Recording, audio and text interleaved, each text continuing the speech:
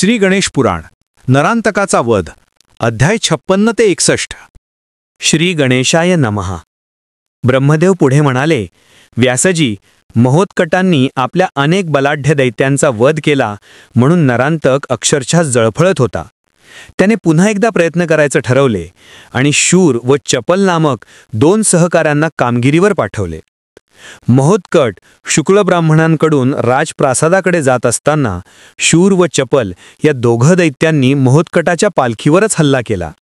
भयभीत झालेल्या भोयांनी तिथून पळ काढला. तेव्हा महोत्कटांनी त्या दैत्यांना चांगलेच बुकलून काढले.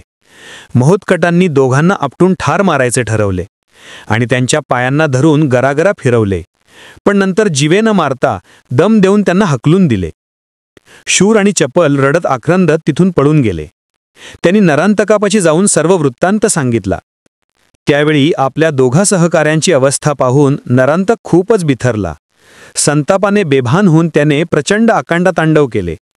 महोत्कट आणि काशीराजा यांचा सूड घ्यायचाच असा निश्चय करून त्याने त्वरेने आपल्या सेनेला आदेश दिले आणि आपली महाबलाढ्य दैत्यसेना घेऊन तो काशीवर काल करून गेला. त्या सेनेतील महावीरांच्या गर्जना आणि रणवाद्यांच्या तुंबळ निनादाने दशदिशा दणाणून गेल्या. त्रिभुवन भयकंपित झाले. देवांची गात्रे गाळली. नरांतकाने काशीनगराला वेढा घातला आहे हे वृत्त कळताच काशीच्या राजांनीही युद्धसिद्धता केली. त्यांनी आपल्या सेनापतींना व सैनिकांना दक्ष राहण्याचे आदेश दिले. महोत्कट आपले पाठराखे आहेत आणि असल्या हजारो संकटाचा ते सहज नाश करतील अशी त्यांची पूर्ण श्रद्धा होती. शत्रूचा निपात करण्यासाठी ते घोड्यालो स्वार होऊन निघाले. काशीराजाचे प्रधानजी तटबंदीवरून नरांतकाचे सैन्यबळ आजमावत होते. ते म्हणाले, महाराज, नरांतकाचे सैन्य आपल्यापेक्षा कितीतरी पटीने अधिक आहे. त्याच्याशी समोरासमोर 2 हात करणे म्हणजे स्वतःचे मरण ओढवून घेणे असे माझे स्पष्ट मत आहे. मनुष्याने संकटसमयी नेहमी आपल्या हिताचा विचार करावा. नरांतकापुढे आपला निभाव लागणार नाही म्हणून तुम्ही 4 मुत्सद्दी माणसे पाठवून त्याच्याशी तह करावा आणि वेळ पडल्यास या सर्व अनर्थाचे कारण असलेल्या महोत्कटानं त्यांच्या स्वाधीन करावे असे मला वाटते. अशा प्रकारे काशीराजांची आपल्या अधिकाऱ्यांची चर्चा चालली असताना नरांतकाच्या सैन्याने तटबंदीवर प्रखर हल्ला चढवला. तेव्हा आता युद्धाशिवाय पर्याय नाही हे लक्षात घेऊन काशीच्या राजांनी तातडीने प्रतिकाराचे आदेश दिले. काशीराजाच्या सैनिकांनी दैत्यसेनेवर त्वेषाने हल्ला केला. उभयपक्षी युद्धाला तोंड लागले. भयंकर रणधुमाळी माजली. काशीराजाचे सैन्य ईर्षेने लढत होते. त्याने दैत्यसेनेचा प्रचंड विनाश केला. त्यानंतर दैत्यसेनेची पिछेहाट पाहून राजांना भान राहिले नाही. काशीचे राजा त्वेषाने शत्रूचा प्रतिकार मोडत शत्रूच्या गोटात घुसले आणि आपल्या सैनिकांपासून वेगळे पडले. याच संधीचा फायदा घेऊन दैत्यवीरांनी काशीच्या राजांना चहूकडून घेरले आणि शस्त्र ठेवण्यास भाग पाडले. दैत्य सैन्याने त्यांना कैद करून नरांतकासमोर उभे केले. मुख्य शत्रू हाती आला आहे. आता त्या ब्राह्मण कुमारांशी आपल्याला काही घेणे देणे नाही असे बोलून दैत्यराजाने काशीराजांना आपल्या रथात घातले आणि आपल्या नगराकडे निघाला. त्याचे सैनिकही विजयानंद करत माघारी वळले. नरांतकाने राजांना धरून नेले. या वृत्ताने संपूर्ण नगरात एकच हाहाकार मजला. लोक चिंताग्रस्त होऊन आक्रोश करू लागले. सर्वत्र भीषण शोककळा पसरली. राणींना मोठा धक्का बसला. त्या मूर्छित पडल्या. दासींनी राजवैद्यांना बोलावून त्यांना महत् प्रयासाने शुद्धीवर आणले. त्या हंबरडा फोडून रडू लागल्या आणि हे कश्यप पुत्र इथे आल्यापासून दैत्याने आमच्याशी वैर धरले आहे. मौतकटांमुळेच आमच्यावर वारंवार संकटे येत आहेत. तेच या अनर्थाचे मूळ कारण आहेत. आज त्यांच्यामुळेच परचक्र आले आणि माझ्या स्वामींवर जीव घेणे संकट ओढवले असे म्हणून त्या महोत्कटांना दूषणे देऊ लागल्या. त्या आणीबाणीच्या प्रसंगी महोत्कटाने राणींची त्वरेने भेट घेतली. त्यांना धीर दिला. त्यांचे सांत्वन करून ते त्वरेने प्रासादाबाहेर आले. प्रांगणामध्ये येऊन त्याने प्रचंड गर्जना केली आणि आपल्या सिद्धीच्या सामर्थ्याने अफाट सैन्य उत्पन्न केले. मग एक अक्राळ विक्राळ काळपुरुष निर्माण केला आणि त्या काळपुरुषाला त्या सेनेचे अधिपत्य करायला सांगितले. तेव्हा तो म्हणाला, स्वामी, तुमच्या आज्ञेने मी कोणत्याही कामगिरीवर जाण्यास तयार आहे, पण मला खूप भूक लागली आहे. मी काय खाऊ? ते म्हणाले, हे काळपुरुषा, नरांतक दैत्य काशीराजांना अटक करून घेऊन गेला आहे. तू हे सैन्य घेऊन जा. तुझे पोट भरेल इतक्या दैत्यांना खा व बाकीच्यांना यमसदनास धा.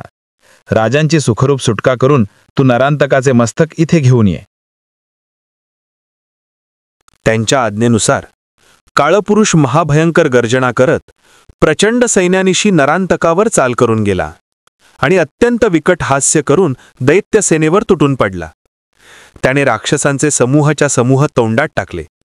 त्यांना दाढेखाली रगडून गिळून टाकले. तो भीषण संवार पाहून नरांतकासह त्याच्या सेनेतील बलाढ्य वीरांचेही धाबे दणाणले. त्यांचा प्रतिकार लटका पडला. दैत्यांवर मनसोक्त ताव मारून त्या काळपुरुषाने तृप्तीचा ढेकर दिला. मग त्याने नरांतकाची मानगूट धरली. त्याला फरफटत महोत्कटांसमोर आणून टाकला व म्हणाला, स्वामी, हा घ्या तुमचा शत्रू. याचे काय करायचे ते तुम्हीच ठरवा. याच्या सैनेला मी खाऊन टाकले आहे. आता मी सुस्तावलो आहे. मला विश्रांतीसाठी एखादे निवांत स्थान दाखवा. ते म्हणाले, काळपुरुषा, तू माझे मोठेच कार्य केले आहेस. तू माझ्या उदरात विश्रांती घे. मग त्यांनी आपला जबडा उघडला. त्या मार्गे त्या काळपुरुषाने सूक्ष्म रूपाने महोत्कटाच्या उदरात प्रवेश केला. काळपुरुषाने दैत्यसेनेचा घास घेतला तेव्हा काशीराजांनाही गिळून टाकले होते. त्याने महोत्कटाच्या उदरात प्रवेश केल्यावर काशीराजाही तिथे गेले. तिथे त्यांना अनंत ब्रह्मांडे दिसू लागली. ती पाहून हा काय प्रकार आहे हेच त्यांना कळेना. ते संभ्रमित झाले.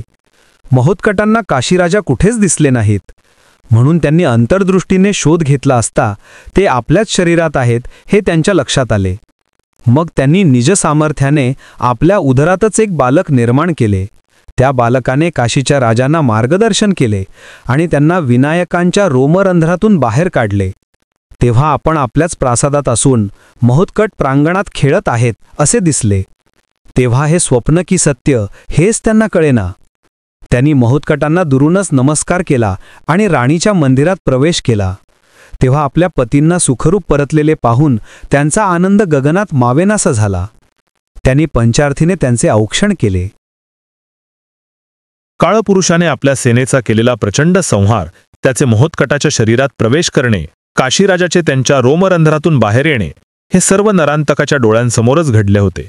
त्यामुळे तो फारच आश्चर्यचकित झाला. महोत्कटाच्या रूपाने प्रत्यक्ष परब्रह्मच भूलोकी अवतरले आहेत हे त्याच्या लक्षात आले.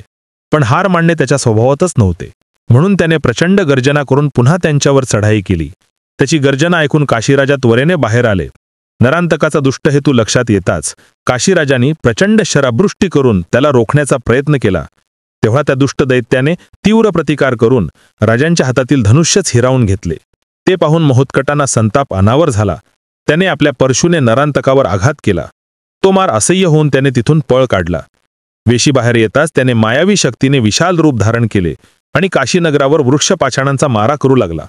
त्यामुळे भयभीत झालेले नागरिक प्राणरक्षणार्थ सैरावैरा पळू लागले. महोत्कटाने आपल्या परशुने चोख प्रत्युत्तर देऊन तो मारा निष्प्रम केला. मग त्यांनी मंत्रशक्तीने आवाहन करताच आकाशातून एक दिव्य धनुष्य आणि अक्षय भाता त्यांच्या सन्मुख प्रकट झाला. ते धनुष्य त्यांनी हाती घेतले. भात्यातील एक तीक्ष्ण बाण त्यावर चढवला. त्या बाणावर भयंकर दाहक अस्त्राची योजना केली आणि अचूक शरसंधान करून नरांतकाचे दोन्ही हात छेदले. त्यापैकी एक हात स्वर्गातील देवांतकाच्या अंगणात तर दुसरा हात त्याच्या पित्याच्या रौद्रकेतूच्या अंगणात पडला. त्याचवेळी नरांतकाला पुन्हा 2 हात फुटले. त्याने अधिक त्वेषाने त्यांच्यावर चढाई केली. तेव्हा त्यांनी तीव्र गतीने अभिमंत्रित बाण सोडून त्याचे दोन्ही पाय व मस्तक छेदले. ते मस्तकही त्याच्या पित्याच्या दारी पडले. राक्षसी मायेमुळे त्याला पुन्हा पाय आणि मस्तक आले. असे अनेक वेळा घडले. तेव्हा याचा वध करायचा तरी कसा, असा त्यांना प्रश्न पडला. ते चिंतामग्न झाले. शेवटी या दुष्टाला मायेनेच परास्त करावे असा निश्चय करून महोत्कटांनी देखील आपली माया प्रगट केली. त्यांच्या योगमायेने नरांतक भ्रमिष्ट झाला. महोत्कट हे स्त्री आहेत की पुरुष, देव आहेत की मानव, राक्षस आहेत की आपले पिता, हेच त्याला कळेना. त्याला नरांतकाचा अंत झाला. त्रिभुवनावरचे महान संकट टळले. सृष्टीने निश्वास टाकला. देवांनी महोत्कटावर आनंदाने पुष्पवृष्टी केली. त्यांच्या पराक्रमाचे कौतुक केले. नरांतकाचा अंत झाला. त्रिभुवनावरचे महान संकट टळले. सृष्टीने निश्वास टाकला.